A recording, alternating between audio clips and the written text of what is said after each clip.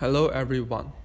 I'd like to take a few minutes to give you a brief introduction of Biochemistry Reagent principle. The contents can be divided into 5 parts. Part 1. Biochemistry Reagent classification. Part 2. Chromogenic principle. Part 3. Analysis method. Part 4. Calibration method. Part 5. Electrolyte principle. Part 1 is about Biochemistry Reagent classification. There are 4 different classifications of Biochemistry reagents: clinical application, reagent status, reagent component, and chemical property. For the clinical application, we have hepatic panel, lipids panel, renal panel, and so on. The assays marked with asterisk will be available soon. There are 2 status of reagents. One is lyophilized powder, another one is liquid.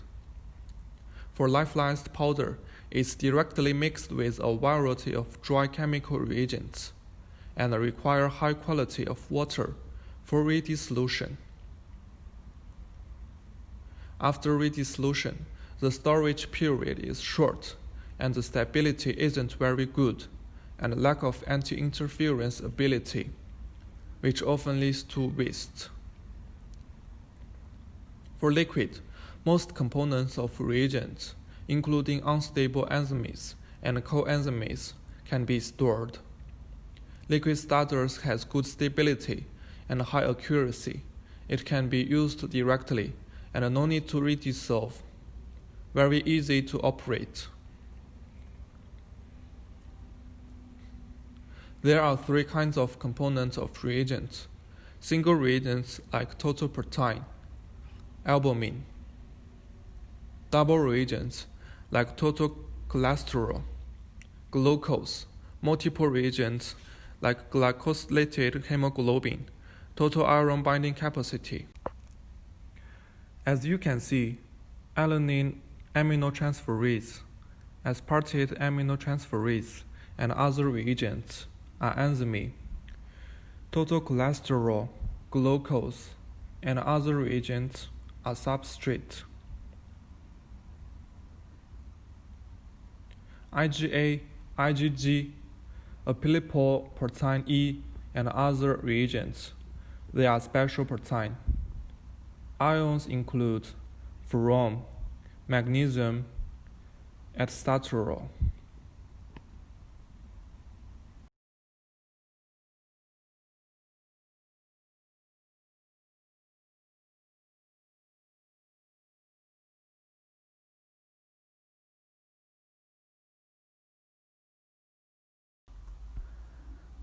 Second part is about chromogenic principle. Here are different indicator systems of chromogenic. Nicotinamide adenine dinucleotide, reduced form of nicotinamide adenine dinucleotide indicator system, PNP and PNA indicator system, hydrogen peroxide coupled indicator system, antigen-antibody reaction indicator system, and another chromogenic reaction.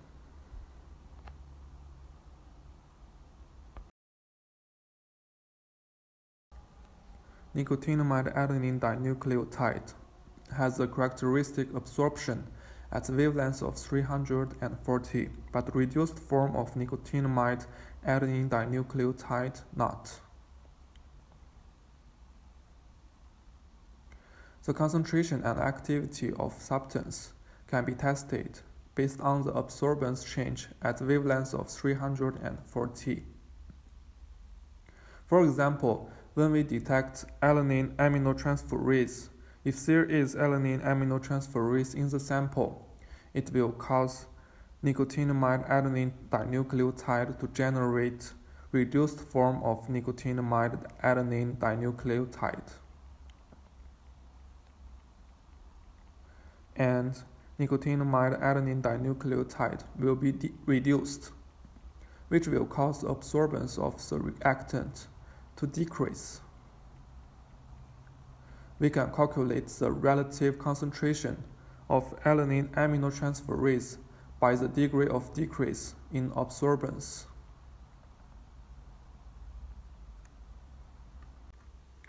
PNP and PNA have a characteristic absorption at wavelengths of 405. The concentration and activity of substance can be tested based on the absorbance change at wavelengths of 405. For example, we can calculate the relative concentration of alkaline phosphatase by the degree of 405 wavelength increase.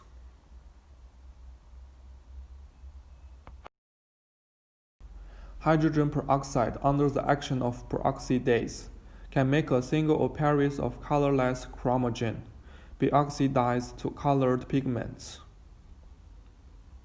leading to the increment of certain wavelength absorbance.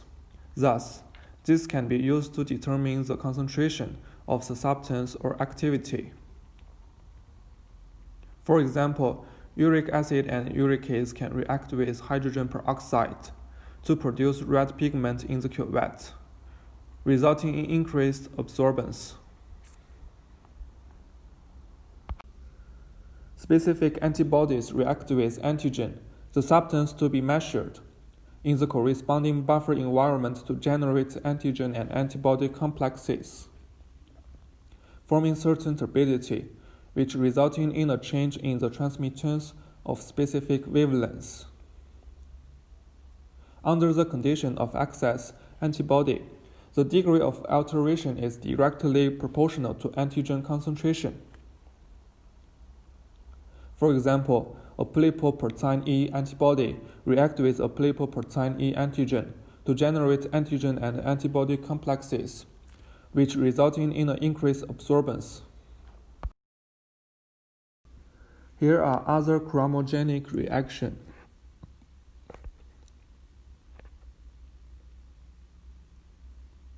Part 3 is about analysis method. There are two methods for the analysis method. The endpoint method can be divided into one endpoint method and two endpoint method. Rate method include rate A method and a two-point rate method.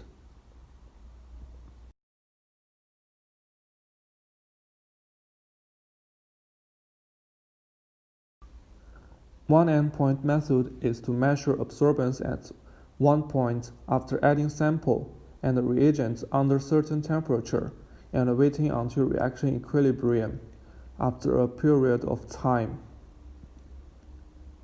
It only needs one reagent without reducing the chromaticity, interference, and interface, and it will detect one point of reaction curve. This is the reaction curve of one endpoint method.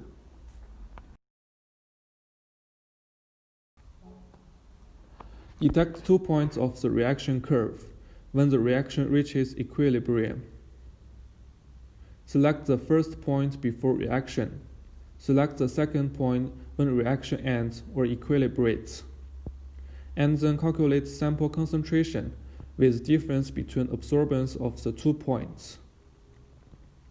One or multiple reagents will be needed with reducing the chromaticity interference and interface generally, and it will detect 2 points of the reaction curve. This is the reaction curve of two endpoint method.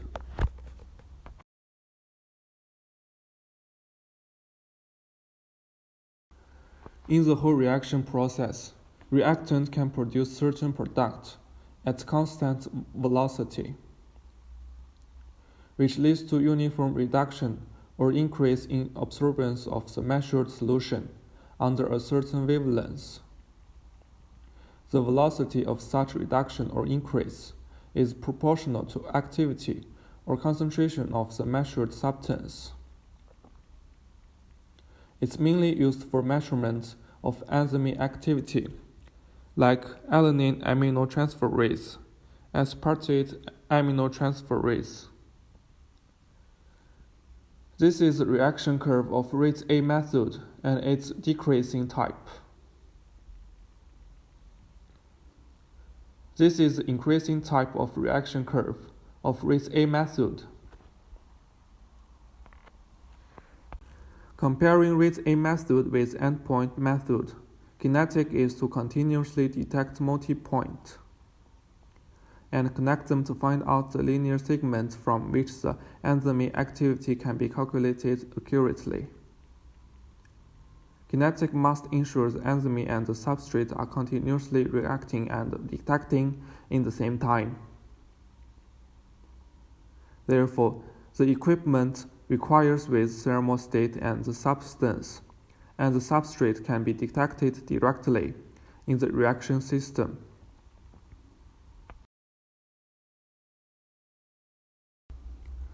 Two-point rate is also called first-order kinetics, or fixed-time method, which means reaction velocity is proportional to first power of substrate concentration within a certain period of reaction.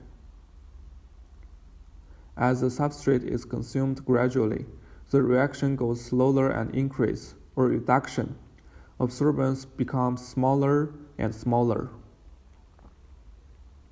All factors such as pH, temperature, enzyme, concentration, affecting reaction velocity must be constant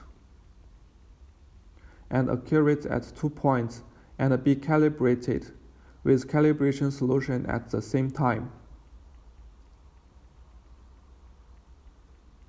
This is reaction curve of two-point rate method.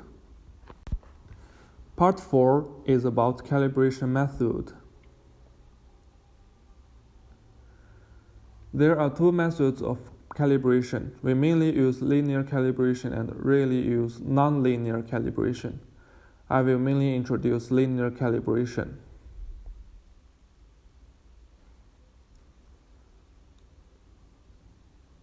It's required to provide 0 or 1 calibration solution. C1 is the concentration of calibration 1. R1 is the absorbance of calibration solution 1.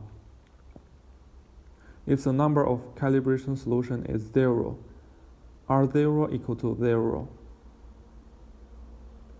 It's required to provide 1 calibration solution. C is the concentration of calibration solution. R is the absorbance of calibration solution. It's required to provide 2 calibration solutions. C1 and C2 are concentration of solution 1 and solution 2. R1 and R2 are absorbance of solution 1 and solution 2. It's required to provide n calibration solutions. Ci and Ri are concentration and absorbance of calibration solution I.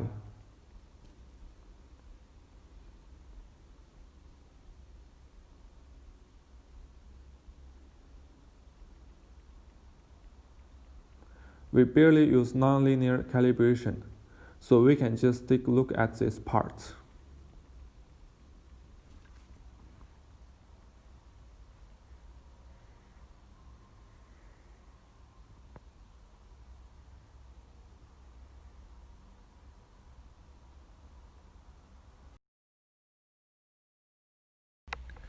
Part 5 is about electrolyte principle.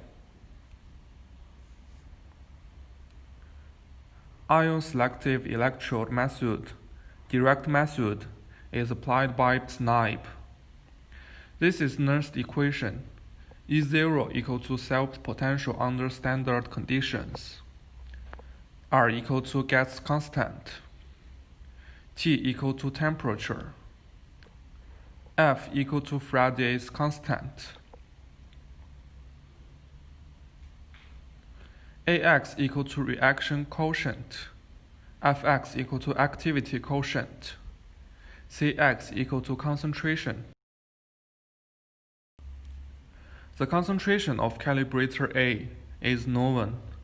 E1 is the electrode potential of calibrator A.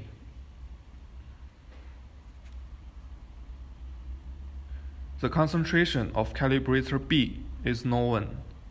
E2 is the electrode potential of calibrator B. Connect E1 and E2 and get the calibration curve. And then detect samples and get electrode potential EX. Calculate the sample result with calibration curve. Ion selective electrode, sample, and reference electrode forms a primary element in a way. After the machine detects a potential difference, the sample concentration can be calculated.